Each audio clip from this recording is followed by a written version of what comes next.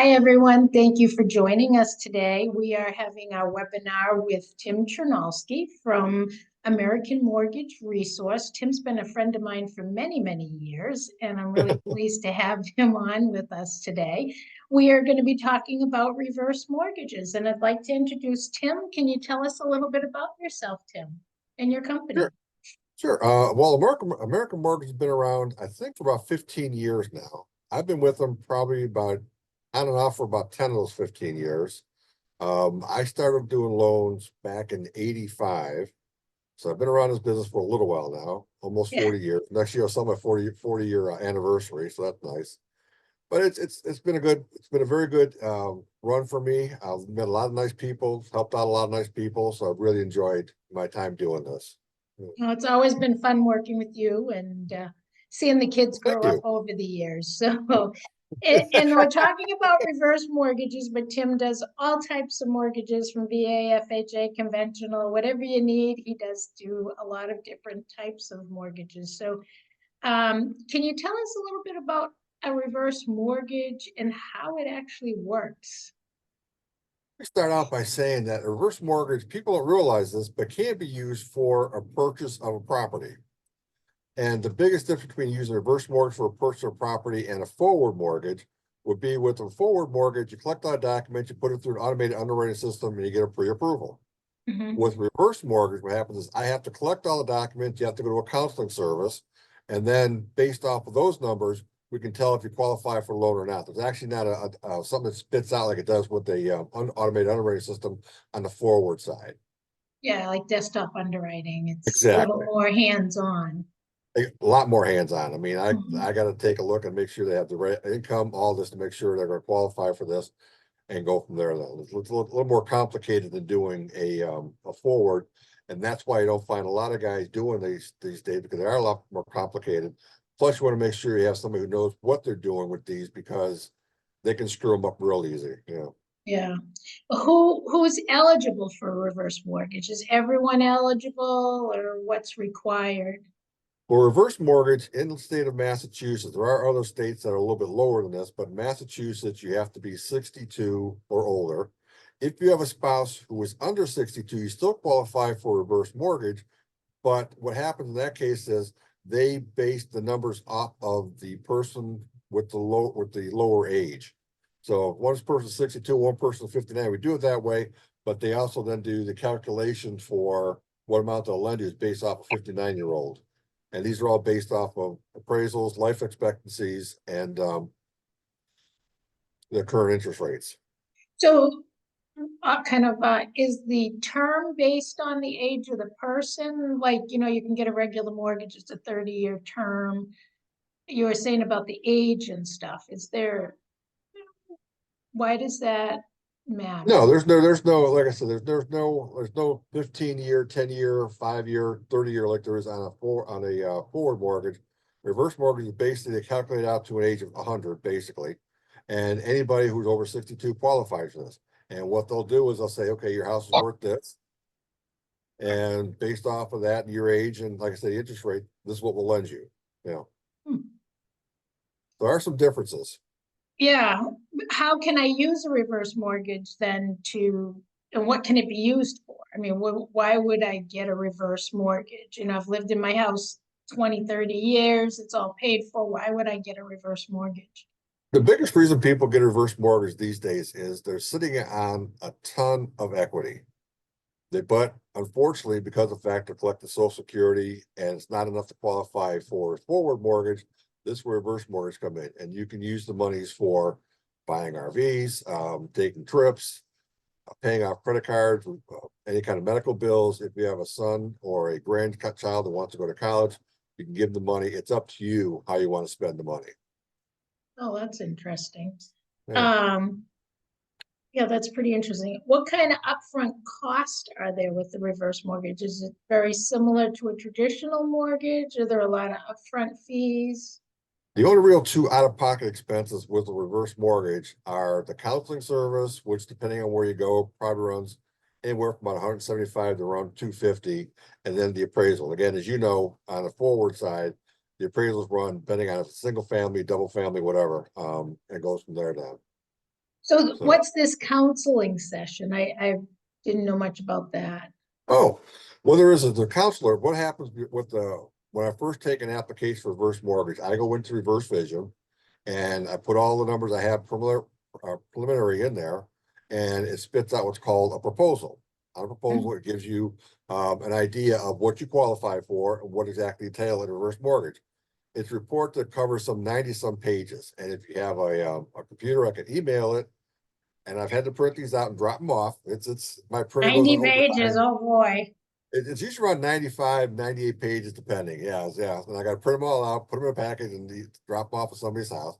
But then you have to take and I explain basically the front part of the package with the numbers and everything in there. And then you have to go to a counseling service. And what happened to counseling services, they're basically supposed to match up to everything I'm saying. That way the people don't feel like they're being misled by me or them. But that's the way it's supposed to work. That's what counseling service does. Yeah. Is that handled on like a Zoom meeting like this, or is it over the phone or in person? Well, it's a good question because that just changed. It used to be you had to go in person in Massachusetts, and about I want to say 4 months ago, Massachusetts finally is allowing people to do this over the phone now. They realize it's tough to get to because there's a very limited amount of counselors in the Massachusetts area, and so rather than have people drive down to like Waltham or something like that to do the counseling service, they're allowing them to do it over their phone now. So it makes it a lot easier for the people to do these things now. Yeah.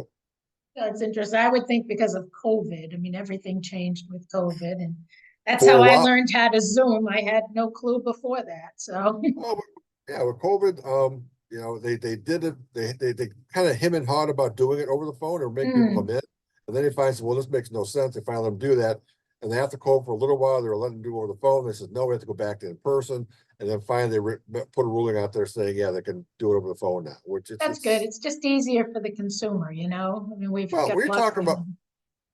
about, basically people are 62 or older. I don't want to have to put somebody 62 or older going from Townsend down to Waltham or down to Farmington, something like that. It's not worth it, or into Boston. That's just ridiculous. It's not worth it. So on a reverse mortgage, say I'm borrowing 400,000 and I'm assuming there's going to be interest on the loan. Mhm. Do you receive the full 400,000 up front? Is it used like a home equity line? So like you have a checkbook and you write out how much you want to use each time, or how does that work?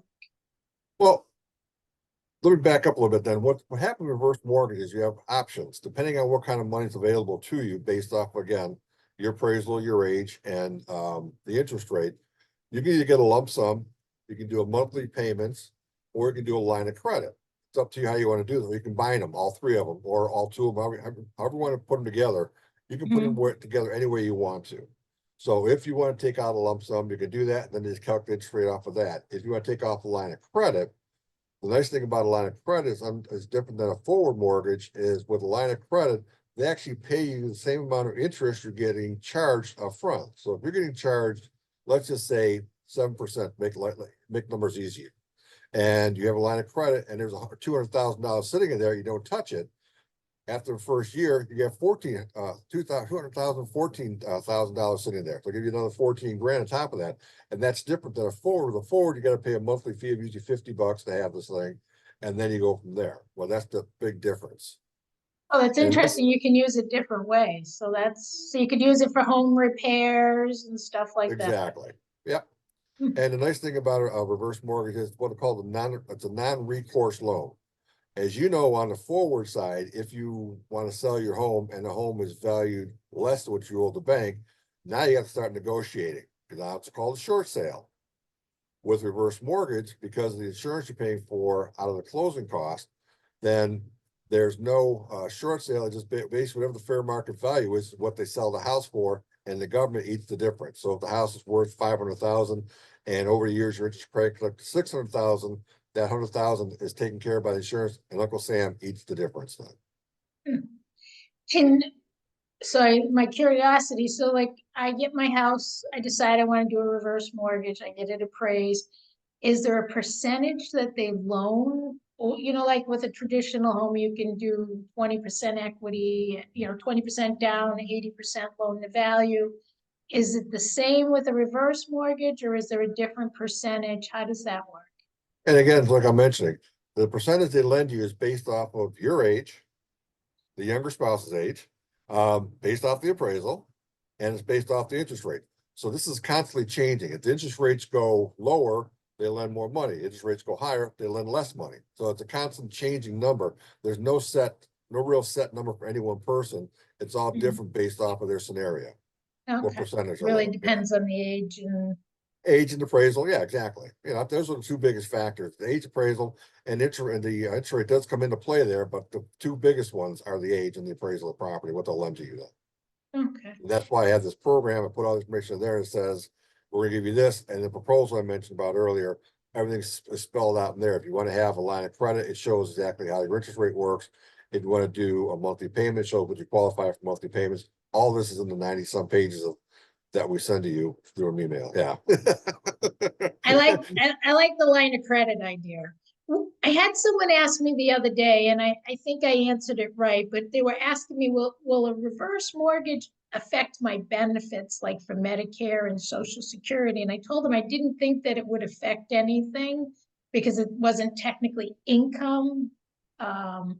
So I think I answered it correctly, but is that? There's basically two answers for that one. One is, I don't believe there was an impact either, and I would get a whole. I have never heard back many of my customers saying it affected their Medicare SSI over the years. I've been doing this for about 10 years now.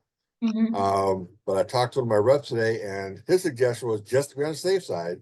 If they're not sure about it, they can get a hold of somebody from Medicare or Social Security, and based off of their scenario, just make sure that doesn't affect them. But like I said, to my knowledge, it doesn't. But like I said, I've never had anybody come back and say, well, you did this and I can't do this now. So it's never happened that way. So yeah. I just had a home that we sold, and the lady who owned the property had a reverse mortgage, and we ended up selling it and paying it off. But does it affect the heirs at all? Like when it gets sold, the money that, when they go to sell the property, is there we didn't have any hiccups or anything. Everything went very smoothly. But when we sold the property, it was pretty much handled just like a regular sale. But Exactly. is there anything on your end? They had said something about sending a letter 30 days before. No, basically they can go ahead and sell the home. And I mean, in that scenario, if the heirs wanted to buy the home, but just by say it was what they owed Uncle Sam was more than the current market value, the heirs had the option of buying the home at 95% of the current market value. So if they owed an interest collected over the years 600,000, the house worth 500,000, at 95% of the 500,000, heirs could have bought that property. If there's extra money in the house, the heirs or the estate gets that extra money that's available at that point in time. So in your scenario, was there proceeds left over to go back to the estate or no? Yeah. Okay, yeah. So that, yeah. Yeah, they got she didn't owe as much as what the property was worth. Okay. So you're saying that if she owed more than what the property was worth, an heir could buy it for 95%? Yep. Of the current market value. Of the current market value, yeah. So if the current market value was 500,000, she owed 6, they can buy it at 95% of that number. So the bank that loans the reverse mortgage is short. Exactly, but that's part of the insurance they pay for up front on this, yes. Oh, and then the government covers the difference. It's an insured loan. People don't realize this, but basically a reverse mortgage is an FHA product. Huh. So it works very similar to the way FHA forward works. It just has a few differences here. Like I said, the biggest one is the insurance and the fact that it's a non-recourse loan opposed to a regular FHA, which would be a recourse loan. And if you were short, then you have to make up the difference to take care of that. And that option's only for an heir. So like if the property's they owe 6 and it's only worth 5, and you go to sell it on the market, what happens at that point if it's not purchased by an heir? It would be go on the market for 5, and then they would buy whatever they want to put down on the property at that point in time. They don't get the option of getting the extra 5% off. No, only the heirs do. Yeah, exactly. Yeah. Okay, I see the difference now. It just took me a minute to catch on. I've not done many of these, so it's a little new to me. I mean, most of our people just come in and buy, but I've also had some folks ask, can you use a reverse mortgage to buy a second home? Yes, you can. Yes. Yeah. Could it be in the same state? Does it have to be in another state? Does it not matter? It depends on the location. If buying one around the corner, then they might get a little iffy about that. But you're buying one, let's just say you live in Boston and you want to buy one, say out by let's just say out by the Berkshires. That would make sense in a scenario like that because that's basically a vacation area, and that's why you want to buy a second home. You could do something like that. But if you're buying one to buy around the corner, they may get a little funny about it. Put it that way. Yeah. Yeah. So the other thing is some people mention like, all right, I'm on a fixed income. I get Social Security. I don't get a ton of money. I'm having a hard time making ends meet, but I do own my house.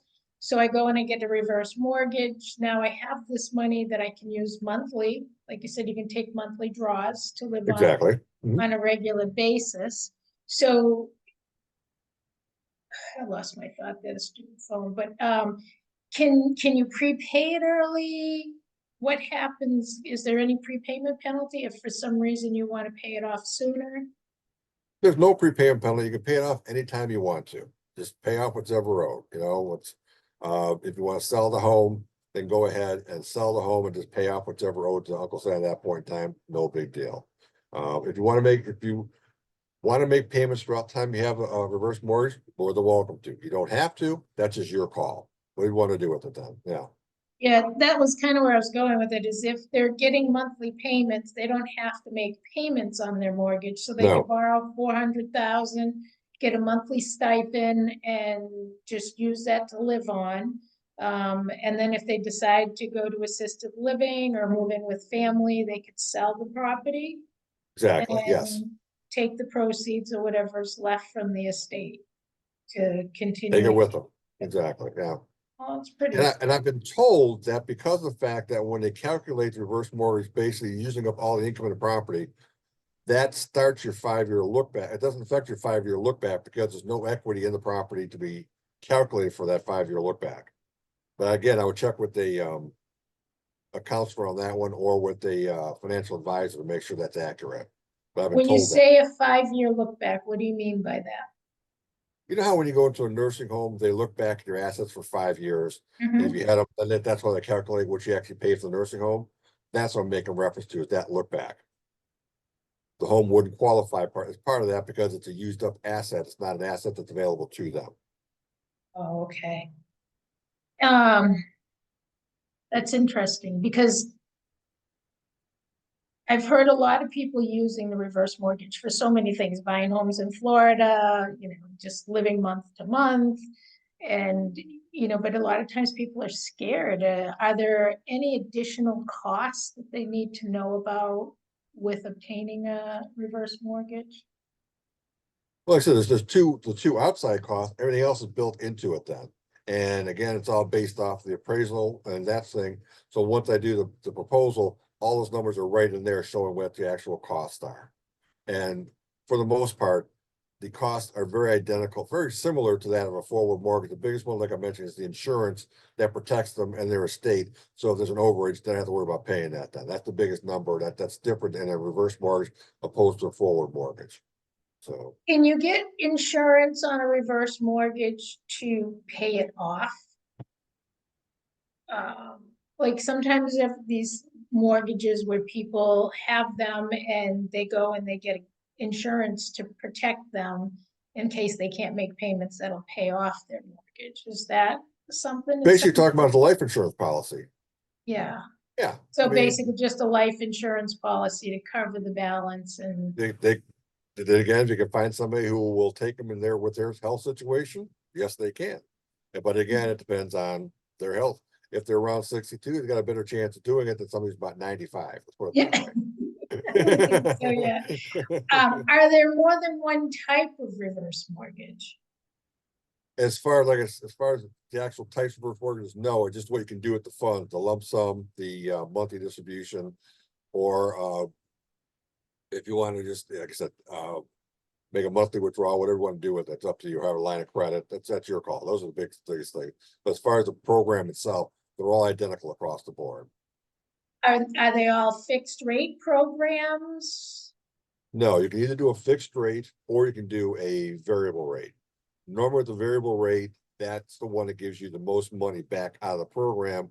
With the fixed rate, it always calculates out where they're giving you less money back out of the program then. Mhm. So that's how they normally work them. So if someone's looking to obtain a reverse mortgage, what would you recommend that they look for in a lender or, a financial institution? Because I think there's lots of different companies that offer reverse mortgages. I mean, you even see them on TV. Well, I mean, AIG, that one is owned by Finance of America, which is a company I use most of the time. But they do the retail side of it. Finance America does the wholesale side of it. As far as lending institutions, the big banks and even a lot of your credit unions have gotten out of doing reverse mortgages. All you'll find is pretty much brokers. And if you're looking for a broker who you feel comfortable with, first off, find one who's been doing this for a while, and then find one who's willing to make sure that he's not pushing you into doing it right away. Make sure if he's going to let you sit down with whoever you want to. I mean, when I talk to people, I say, take your time, make a decision. If you want to meet with your kids, your lawyer, your financial planner, I'll sit down with anybody and explain what we're doing here. Make sure everybody's comfortable with this whole process. I don't want to just say, you need this, let's get it done and move. That's not right to do something like that. Yeah, you don't want to rush anyone into something. It's a big. I don't. And there, unfortunately, that's happened. I've heard stories about where they scared people into making a quick decision, and it's not good. And you said you loan in multiple states, not just Massachusetts? I can do loans now in Massachusetts, New Hampshire, and Florida. Well, that's perfect for anyone who wants to buy a house and then take it home in Exactly. Florida. You want to be a snowbird? Yeah, There definitely. you go. Yeah. Take the money out of this house, buy a house in Florida. There you go. How long does it usually take? Like, what is the process? Is it a 60-day? Is it, I can pretty much, if it depends on the person. When I ask for documents, if they take 4 or 5 days to get them to me, it's gonna take longer. I can get them done probably about 45 days figure. Sometimes a few days longer, but again, if I ask for something to give it to me that day, then the process is shorter. If I ask for something and it takes me 4 or 5 days to get documents I need, then we're gonna extend the process out. It's just up to how fast I can do that. And I understand some people just are not that computer savvy. It takes a while to get a hold of whatever they need to get done, and it's a process. So it just depends. It just depends. But I mean, it sounds like a great option, for someone who's a little older that just, needs the added monthly income. Doesn't sound like there's no prepayment penalty. They don't have to pay it off until, they're ready to sell, or if somebody has passed away, and then the heirs can handle it, and there's nothing complicated for the heirs to handle. I mean, do they have to appoint someone ahead of time, or? No, it just, if they're gonna sell the property, it's gonna hold a real estate agent, sell the property as a normal basis. It's not a big deal. Yeah, they might have to go through probate or whatever to be appointed to actually finalize, to do the sale, but. Usually somebody's assigned that, yeah. Somebody's got the power of attorney for mortgage specific, and that takes care of that then, yeah. And like I said, I like the fact that you can get one lump sum, you can get draws, or you can, get it as like a line of credit. So that's a great option for many things, especially if you're looking for like home repairs. Some of my clients have failed septic systems, or they need a roof, and it's just something they just can't afford, especially being on Social Security or a fixed income of some sort. Exactly. Yeah. I mean, the thing is, people have a stigma about reverse mortgage. When it first came out under Ronald Reagan in the 80s, back then what happened is they took the house from you. That's not the scenario anymore. They have refined these things so well, it's unbelievable. When they first came out, I had a friend of mine asked me, should I get this for my mom? I says, I wouldn't sell this thing to my worst enemy, because back then they were not good at all. They weren't. I mean, like I said, Uncle Sam says, okay, here's the money, here's the check, we're done. Our house is now ours. That's not the way it works now. The way it works now is we give you the options of how you want to take the money. You stay in their house as long as you're able to or you want to. And then after you have that time it's come to a close, then the house gets sold, not before. So it makes it nice now. And that's a valid point, because I've heard people say, oh yeah, the bank's just gonna take my house, and, I didn't think that was the case, and, I'm glad to hear that, because it's scary when you're putting up your biggest asset as collateral to, finalize the last years of your life or to improve your life. I mean, in that respect, reverse mortgage works exactly the same way a forward does. You and the bank own the home so long as there's a loan on the home. People say, well, it's my home. I say, well, yeah, it is, but the bank owns part of it because they have an outstanding balance on it. And it's the same reverse mortgage. You and the bank own it, but you have control of it because you're living there. Like I say, you don't have to worry about selling it until you're ready to sell it or your heirs are ready to sell it, one of the two.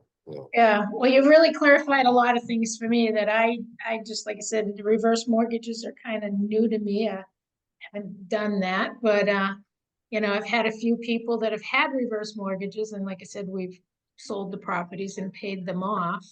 But Yeah. that's it. I turned my volume off and it still rings. So, sorry. Nice. But you've given me a lot of great information that I've never even realized. Like you said, they don't take the property. I love the fact that the property is insured, so that if for some reason the market changes and the value of the property is less than what you can sell it for, that it's covered. So if someone does owe 600, but the property is only worth 5, it can still be sold for 5, and the insurance will cover the difference. Is there a lot involved with that process? I mean, have you No, not at all. It's just experienced part it? of what it's part of one of the closing costs. It's built right into it. So they take care of it. Not a big deal. Yeah. Well, I really appreciate your time. I don't know if anyone has any questions online, but I think that we've actually used up all our time. I just like to keep it short and informative, and I think that you've given us a great information today. So if anyone has questions or needs information about reverse mortgages, please reach out to Tim Chernosky with American Mortgage Resource. His telephone number is 617 No, no, no, no. Give Oh, my that's cell phone not it. number. Okay, what's that one, Tim? 978 978-314-7574. 314 7574. And he'd be happy to help you with any questions you have. And for all your real estate needs, give us a call at the Real Estate Exchange. Thank you, everyone, for joining. And it was a pleasure seeing you, Tim. Have a great summer. We'll talk again. You as well. Take care now. Have fun, Bye-bye. Bush. Thank you. I will. Bye. Bye-bye.